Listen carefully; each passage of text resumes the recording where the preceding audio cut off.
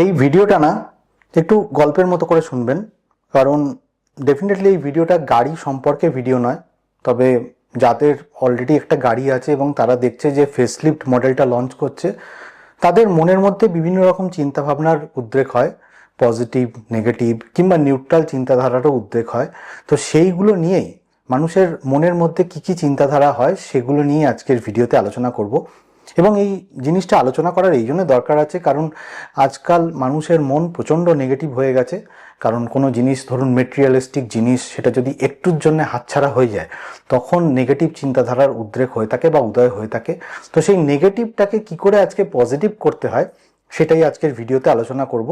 এবং এটা একটু অন্যরকম ভিডিও, তাই পারলে এই ভিডিওটা দেখবেন। যদি আপনার মনে হয় যে ইম্পর্ট্যান্ট ভিডিও, অবশ্যই এটা দেখার চেষ্টা করবেন পুরোটা। কারণ আমরা যারা নতুন গাড়ি কিনছি, ধরুন 2 মাস 3 মাস আগে একটা গাড়ি কিনেছি, সে ফর এক্সাম্পল মারুতি যে ব্রেজা গাড়িটা আছে। আচ্ছা, এখানে আমি কিন্তু কোনো গাড়ির মানে মার্কেটিং করছি না বা প্রমোট করছি না, কিন্তু জাস্ট উদাহরণ দেওয়ার জন্য বলছি। ধরুন টাটা টিয়াগো গাড়িটা, যেটা 4-5 মাস আগে বা 3-4 মাস আগে লঞ্চ করেছে নতুনটা, তার আগে পুরনো গাড়িটা সেটা ধরুন আমার কাছে আছে, বা পুরনো ব্রেজা গাড়িটা আছে, কিংবা ধরুন নভেম্বর 25-এর আগে যে ওল্ড ভেনু গাড়িটা ছিল সেই গাড়িটা আছে। এবার তার যে ফেসলিফট মডেলটা লঞ্চ হয়েছে, সেটা লঞ্চ হওয়ার পরে মানুষের মধ্যে যে সমস্ত চিন্তাধারার উদ্রেক হতে থাকছে সেগুলো নিয়ে আমি আলোচনা করব। এবার প্রথমেই যখন গাড়িটা ধরুন আনভিল হলো, নতুন ভেনু গাড়িটা, ধরুন আমার কাছে পুরনো ভেনু আছে, এবার ধরুন নতুন ভেনু গাড়িটা আনভিল হলো, তো তখন আমার মনের মধ্যে কি হতে পারে, মানে যে কোনো কাস্টমারের মনে একটা এক্সাইটমেন্ট হতে পারে, একটা কিউরিওসিটি হতে পারে, একটা সারপ্রাইজ টাইপের হতে পারে। সে ভাববে যে বাবা, নতুন যে ভেনু গাড়িটা আছে বা নতুন যে ব্রেজা গাড়িটা আছে, আমার তো ওল্ড ব্রেজা, তার সাথে কি কি পার্থক্য আছে একটু বাইরে থেকে দেখি তো। এখন তো শুধুমাত্র ছবিটা দেখাচ্ছে, তো দেখি তো কি কি পার্থক্য আছে না আছে। অর্থাৎ একটা জানার চেষ্টা বা একটা আগ্রহ তৈরি হবে। এবার এখানে কিন্তু আপনার যে মনের মধ্যে যে চিন্তাধারাটা বা অ্যাটিটিউডটা, সেটা পজিটিভ বা নেগেটিভ কিছুই হয়নি, এখনো নিউট্রাল স্টেজে আছে। এবার আস্তে আস্তে আপনার মধ্যে নেগেটিভ চিন্তাধারা আসার একটা সম্ভাবনা আছে। সেটা কখন না, গাড়িটা ধরুন আনভিল হওয়ার পর লঞ্চ হয়ে গেল। এবার লঞ্চ যখন হলো তখন তাতে যে সমস্ত ফিচার্সগুলো আছে সেগুলো নিয়ে সকলে আলোচনা করলো। আপনি ব্রশিওর পেয়ে গেলেন, দেখলেন ভালো করে কি কি ফিচার্স এই গাড়িতে আছে। এবার আপনার কাছে তো ওল্ড ব্রেজা গাড়িটা আছে, নতুন ব্রেজা গাড়িটা এসছে, তখন দেখলেন যে সে ফর এক্সাম্পল যে আমার গাড়িতে তো হ্যালোজেন যে রিফ্লেক্টার সেটাই ছিল, এখন যে নতুন ব্রেজাটা এসে গেছে হ্যালোজেন রিফ্লেক্টারের বদলে প্রজেক্টার হেডলাইট এসে গেছে, এলইডি প্রজেক্টার হেডলাইট এসে গেছে। আগে আমার যে টেল ল্যাম্পটা ছিল সেটা কানেক্টেড ছিল না, এখন কানেক্টেড এসে গেছে। ভেতরে আমার স্ক্রিনটা, যে টাচ স্ক্রিনটা ছিল সেটা 6 ইঞ্চি ছিল, এখন সেটা 8 ইঞ্চি এসে গেছে। আচ্ছা, ভেতরে আমার ইন্টেরিয়ার্সটা ব্ল্যাক কালারের ছিল, এখন সেটা একটু হোয়াইটিশ টাইপের হয়ে গেছে, তাতে কার লুকস মোর রুমিয়ার, বেশি আলো ঢুকছে। তো এই সমস্ত জিনিসগুলো আপনি কম্প্যারিজন করতে থাকলেন এবং সেখানে দেখলেন যে এই গাড়িটা, নতুন গাড়িটা আপনার পুরনো গাড়ির থেকে একটু এগিয়ে আছে। তো তখনই আপনার মধ্যে কি হবে না, একটা নেগেটিভ অ্যাটিটিউডের তৈরি হবে। ঠিক আছে, এবার এই নেগেটিভ যে অ্যাটিটিউডটা, সেটাকে অ্যাম্প্লিফাই করবে কে না, দুঃখ। হ্যাঁ, 3 নম্বর পয়েন্ট হচ্ছে রিগ্রেট। রিগ্রেট বা FOMO, not necessarily FOMO, regret বলাটাই ভালো। এই রিগ্রেটটা কখন হবে, আপনি রিপেন্ট করবেন। 1 মাস আগে আমি ব্রেজা গাড়িটা কিনেছি, তখন যদি আমাকে সেলসম্যান বলতো যে নতুন একটা ব্রেজা গাড়ি আসছে, আপনি এটার জন্য ওয়েট করে যান, কই বললো না তো। শোরুমে আমি আরো লোকের সাথে কথা বললাম, কই তারা তো বললো না যে ব্রেজা গাড়িটা নতুন আসছে। হ্যাঁ, তাহলে আমি তো ঠকে গেলাম। মানে সেলসম্যানরা কি যা ইচ্ছে করবে পুরনো গাড়িটাকে বের করে দেওয়ার জন্যে বা সেল বাড়াবার জন্যে ওল্ড স্টকগুলোকে আমাকে বেচে দেবে। নতুন যে গাড়িটা আসছে সেটা তো ওদের বলা উচিত ছিল। সুতরাং এখান থেকে আপনার মনের মধ্যে একটা রিগ্রেট জন্ম নিচ্ছে। তো আপনার যে নেগেটিভ অ্যাটিটিউড সেটা আরো স্ট্রং হয়ে গেল, তাই তো। এবার 4 নম্বর পয়েন্ট কি, যে আপনাকে একটু পজিটিভ করার চেষ্টা করতে হবে। কি করতে হবে না, সেলফ জাস্টিফিকেশন করতে হবে। সেলফ জাস্টিফিকেশন মানে কি, যে হ্যাঁ আমার গাড়িতেও তো কিছু অ্যাডভান্টেজ আছে। সে ফর এক্সাম্পল, আমি কোনো ব্র্যান্ডের কিন্তু নাম নিচ্ছি না, কিন্তু এখানে ধরুন সে দেখলো যে আমার যে গাড়িটা আছে সেই গাড়িতে যে স্টেপনি, সেই স্টেপনিটা রাখার জায়গা আছে। বাবা ভাগ্য ভালো, নতুন যে গাড়িটা আছে তাতে তো স্টেপনি রাখারই জায়গা নেই, সুতরাং আমার গাড়িটা বাবা আমি অ্যাডভান্টেজ পজিশনে আসি।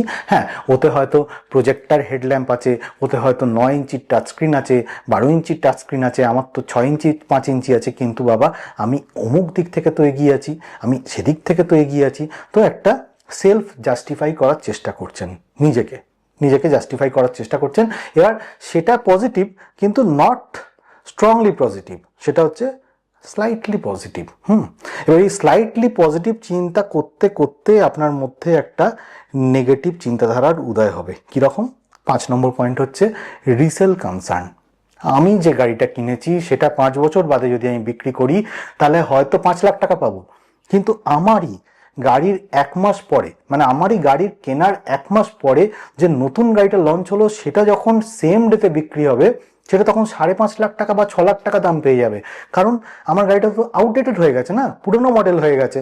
এবার সেই জন্য আমার গাড়ির রিসেল ভ্যালুটা আমি ততটা পাবো না। অর্থাৎ রিসেল কনসার্ন একটা হচ্ছে আপনার মনের মধ্যে। এই অ্যাটিটিউডটাকেও আপনি নেগেটিভ বলতে পারেন, অর্থাৎ এটা নেগেটিভ দিকে আপনাকে আবার ঠেলে নিয়ে যাচ্ছে। এবার আপনাকে আবার পজিটিভ হতে হবে। ইমোশনাল অ্যাটাচমেন্ট, এই সময় আপনি একটা ইমোশনাল অ্যাটাচমেন্ট করার চেষ্টা করবেন। কিভাবে করবেন? যে ঠিক আছে, আমি যা গাড়ি কিনে ফেলেছি, এবার তো আমি গাড়িটাকে বিক্রি করব না। আমি তো 5 বছর, 10 বছর, 12 বছর, 13 বছর, 15 বছর অবধি গাড়িটা চালাতে পারি, তার বেশিও চালাতে পারি। সুতরাং আমার গাড়িটা আমারই থাকবে, আমি কাউকে বেচবো না। এখনো অবধি আমি গাড়িটা ইউজ করব। নতুন মডেল এসে গেছে, সে নতুন লোক কিনবে। সুতরাং আমার এটাকে নিয়ে কোনো রকম রিগ্রেট নেই। হ্যাঁ, এই গাড়িটাই আমি চালাবো, এই গাড়িটায় আমার মন বসে গেছে এবং একটা ইমোশনাল অ্যাটাচমেন্ট তৈরি হয়ে গেছে। অর্থাৎ আমি গাড়িটাকে ভালোবেসে ফেলেছি। নতুন গাড়ি এসে গেছে বলে যে নতুন গাড়িটা কিনবো, এটাকে বেচে দেবো, সেরকম চিন্তাধারা তো আমার মধ্যে কই হচ্ছে না। অর্থাৎ এইখানে আপনার মনের মধ্যে মডারেটলি পজিটিভ একটা অ্যাটিটিউড তৈরি হচ্ছে, রাইট? এবার এই মডারেটলি পজিটিভ অ্যাটিটিউডেই কিন্তু অনেকে শেষ করে দেয় যে যাক বাবা, আমি এই গাড়িটাকে নিয়ে চলবো। কিন্তু 7 নম্বর যে পয়েন্টটা, সেটা কিন্তু সব থেকে বেশি ইম্পর্টেন্ট, সেটা হচ্ছে অ্যাকসেপ্টেন্স। এটা হচ্ছে আপনাকে পজিটিভ, মডারেটলি পজিটিভ থেকে স্ট্রংলি পজিটিভ করে দেবে। কিভাবে? আপনি ভাবলেন যে ঠিক আছে, ইমোশনাল অ্যাটাচমেন্ট তো হয়ে গেছে, কিন্তু আপনাকে এবার ওই দিকটাও ভাবতে হবে। ওই দিকটা মানে কোন দিকটা? ডিলার্সের দিকটা ভাবতে হবে, সেলসম্যানের দিকটা ভাবতে হবে। মানে সেলসম্যান বেশি আর্ন করার জন্য, বেশি ধরুন ইনসেন্টিভ পাবে, সেই জন্য পুরোনো গাড়িটা আপনাকে বেচে দিয়েছে। ডিলার যে আছে সে তার স্টক খালি করার জন্য বিক্রি করেছে। কোম্পানি যে আছে সে ইচ্ছে করেই আনভিল করেনি নতুন গাড়িটা, যাতে ওল্ড স্টকটা বেরোতে থাকে। সুতরাং সেই পয়েন্ট অফ ভিউ থেকে যদি দেখেন, তাহলে আপনাকে অ্যাকসেপ্ট করতেই হবে যে market is ever changing, market is evolving. নতুন জিনিস আসবে, নতুন জিনিস এসে গেলেই যে পুরনো জিনিসটা বাতিলের দলে চলে যাবে, সেটা কখনো হতে পারে না। আপনাকে অ্যাকসেপ্ট করতে হবে, মার্কেট সিনারিওকে অ্যাকসেপ্ট করতেই হবে। এবং সেইটা যখন আপনি অ্যাকসেপ্ট করতে পারবেন, তখনই আপনার যে অ্যাটিটিউডটা সেটা পজিটিভ হয়ে যাবে।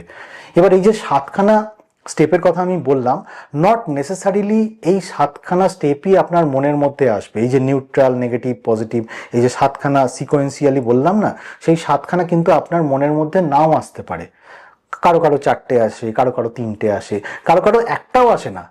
কারণ সে যখন প্রথমে দেখলো যে আমি একটা গাড়ি কিনে ফেলেছি এবং 1 মাস পরে সেই গাড়িটারই যে ফেসলিফট বা নেক্সট জেনারেশন এসছে, সে বললো ধুত্তারি, এই গাড়িটাও দেখতে জঘন্য হয়েছে। সুতরাং সেই গাড়িটা, আমি ভাগ্য ভালো যে নতুন গাড়িটা কিনিনি, পুরোনো গাড়িটা কিনে নিয়েছি বাবা, এটাই আমার দেখতে বেশি ভালো লেগেছে।